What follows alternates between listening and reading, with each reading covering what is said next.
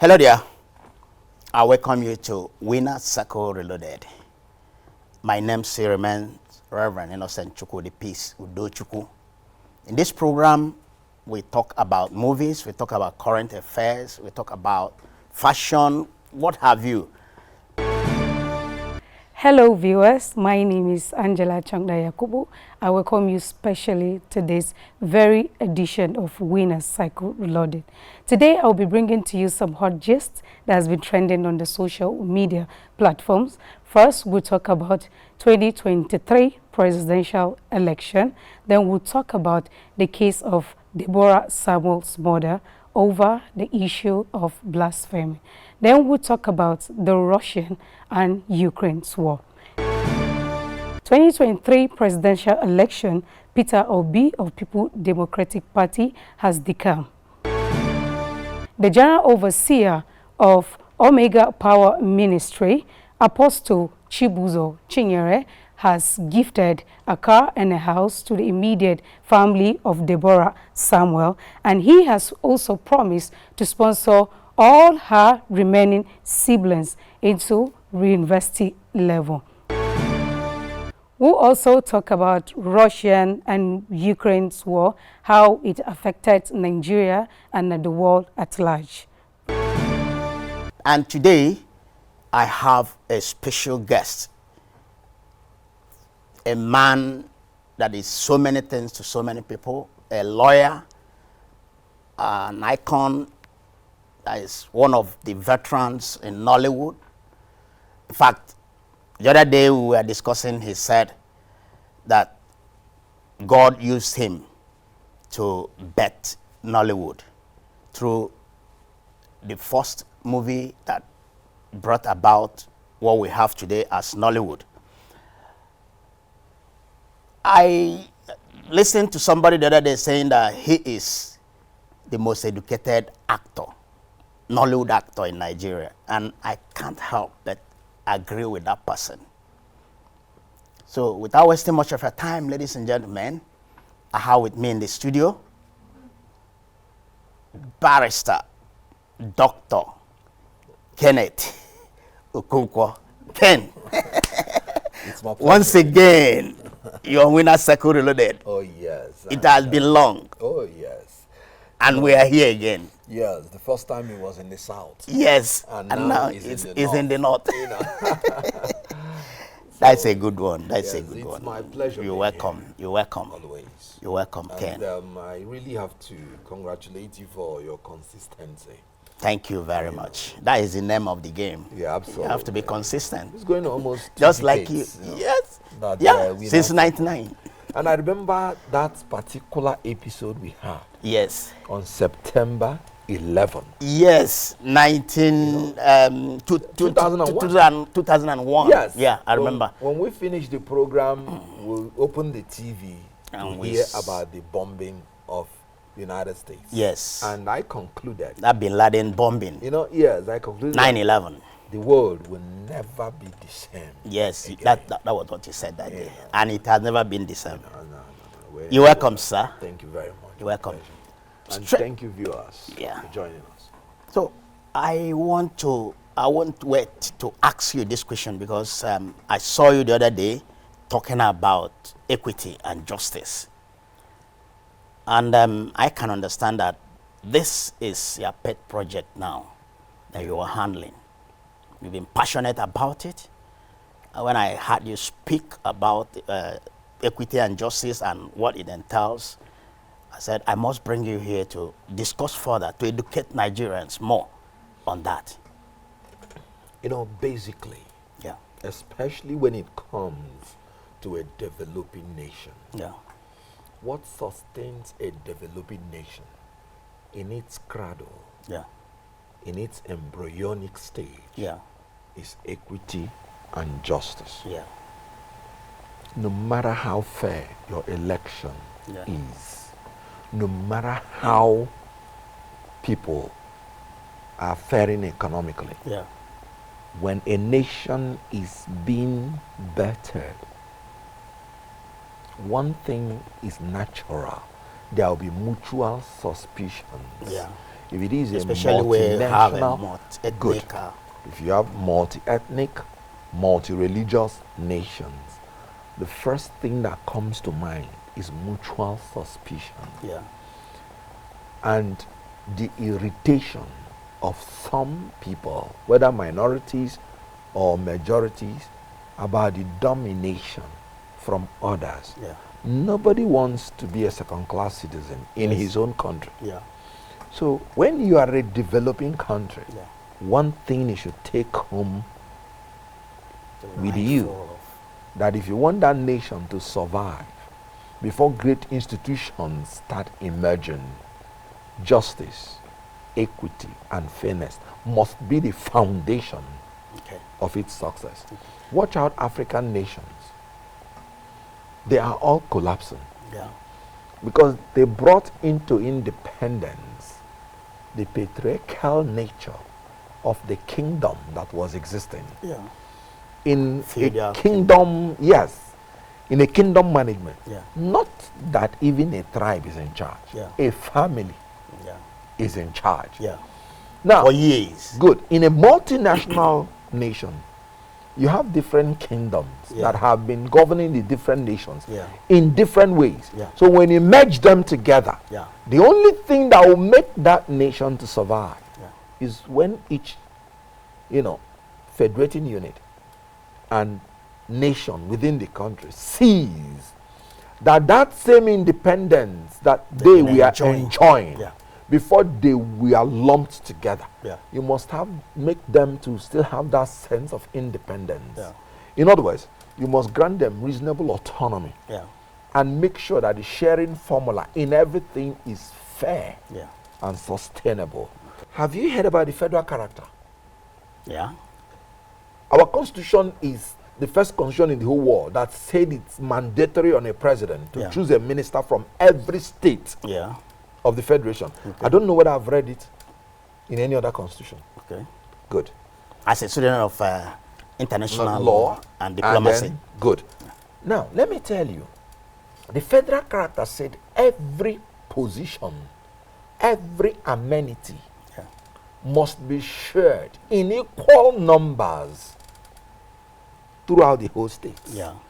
It is the non-implementation of even the beautiful provisions in the 1999 Constitution that has made people To be crying wolf. that the Restructure. Constitution, and that's where Do away with the leadership constitution. comes Yeah. in. Yeah. Federal character said that the composition and the conduct of affairs Yeah. of every government must be conducted in a manner to ensure that no party, no section of the country, no ethnic group, no religious group dominates the other. Okay. So that's the base of equity and justice. Yes. Good. And that is why I am saying that as we are growing, it may not matter in future. Yeah. But today, because we are young Yeah. in democracy, Yes. it matters. It matters a lot. Right now, do you think that the political class, the Yes. powers that be, do you think the political class are buying into that idea of equity and justice? You know, there's something about equity and justice. Yeah. It's either you buy into it or it will bite into you. Really? Yes. Yeah.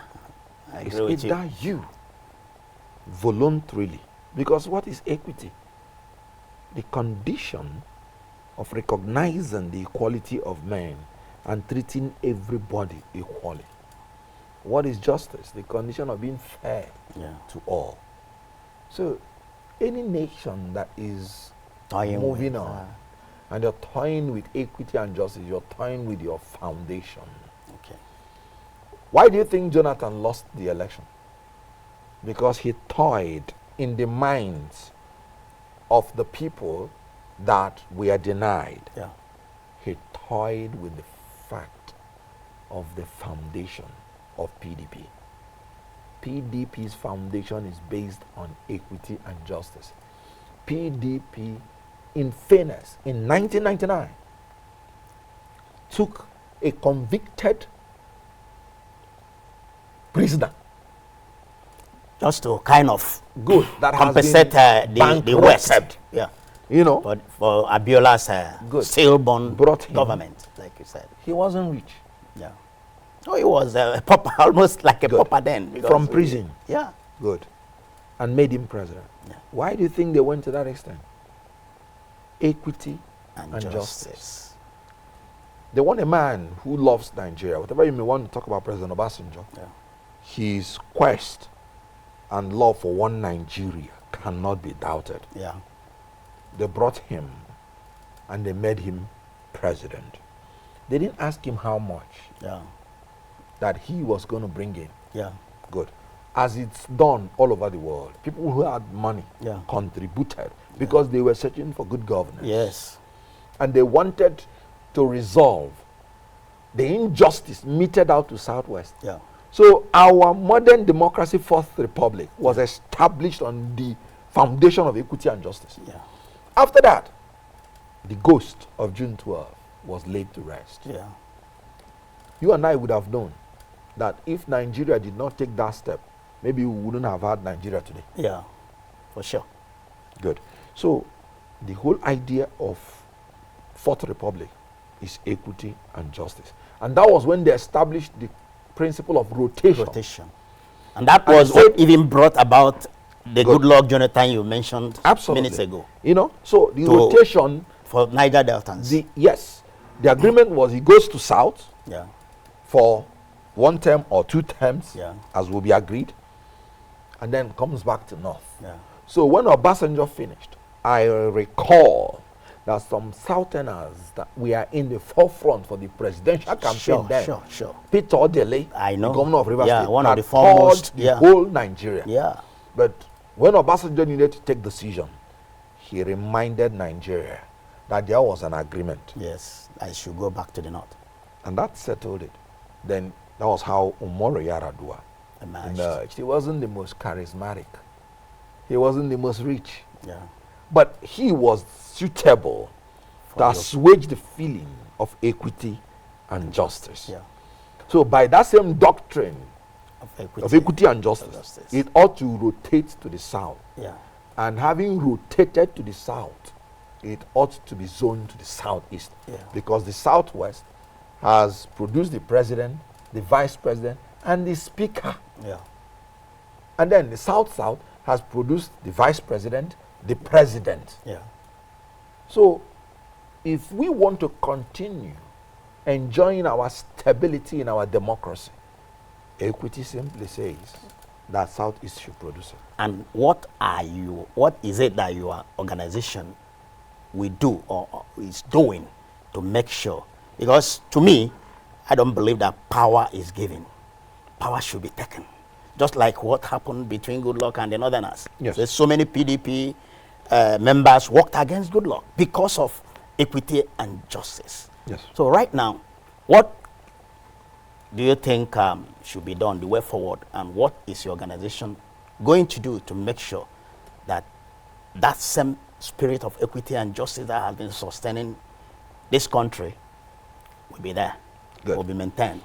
You know the beauty of the equity and justice? Yeah. The beauty is that in law, we say that equity comes in to ameliorate the harshness of the common law. Okay. Good. It is when you are using might that you say it is not given, it is taken. Okay. But I want to put it to you with profound respect Yeah. that since 1999 in Nigeria, Nobody has taken. nobody has taken. It's All the presidential seat has been given. given. It was given to Obasanjo. Yeah. To Yar'Adua. It was given to Yar'Adua. Yar'Adua was already retiring to Katsina, Yeah. to maintain his health. It was given to Goodluck Jonathan, Yeah. maybe by God. Yeah. Then President Muhammad Buhari has retired. 2011, he announced publicly That he has will no retired longer and he- contest any election. and they Yeah. called him and gave it to him. Yeah. But the one before now, Yeah. there was this assertion that it must be a man from the southeast with national appeal. Yes.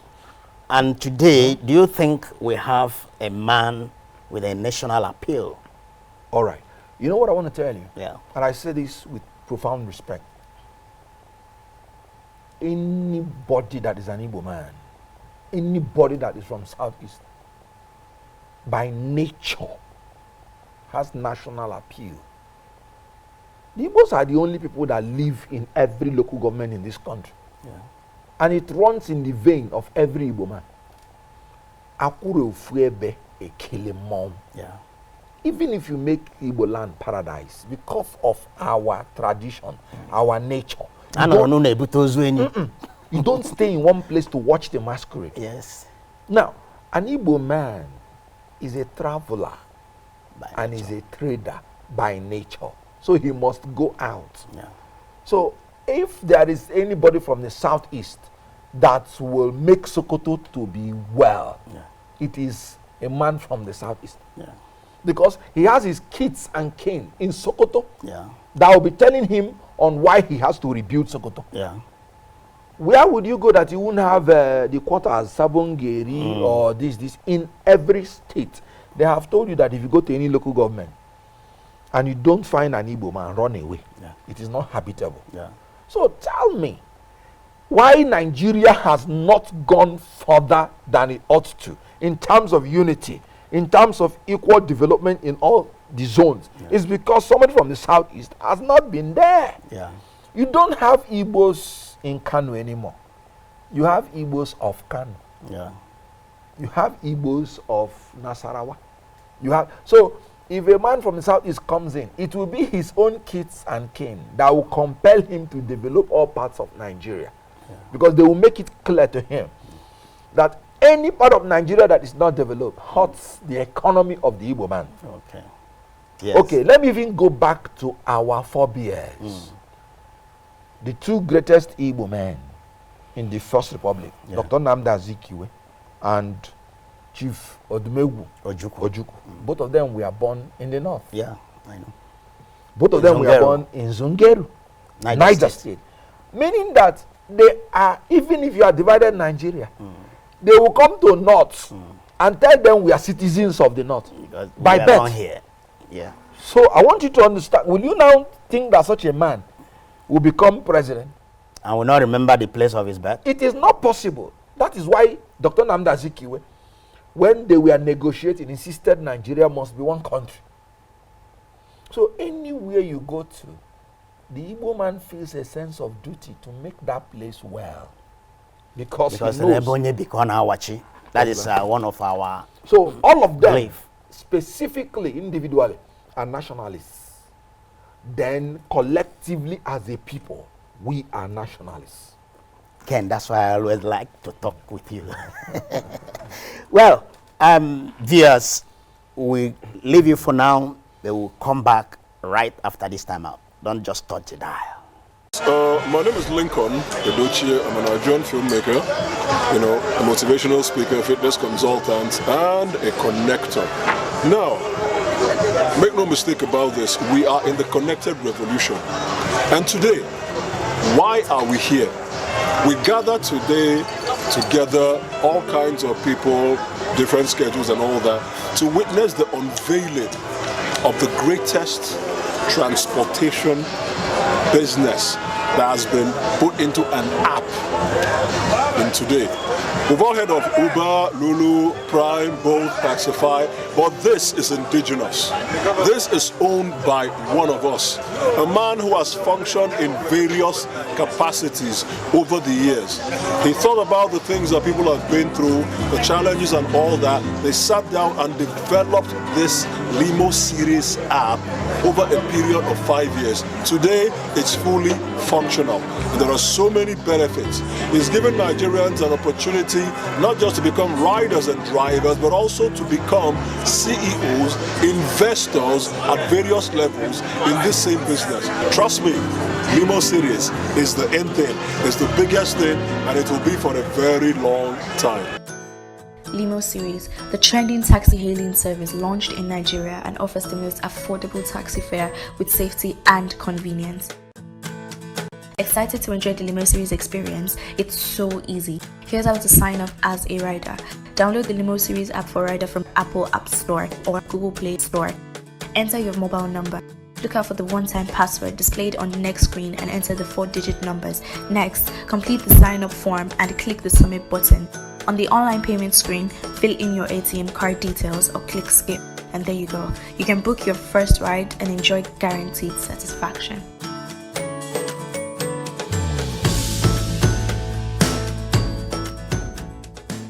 Yes, you're welcome back. And I believe we are dishing it out to you just the way you like it, because we have a lot. And like I told you, stay tuned. Don't touch your dial. I still have in the studio Dr. Barrister Ken Okonkwo. I don't need much to tell you about him, but just keep on listening and you'll get a lot.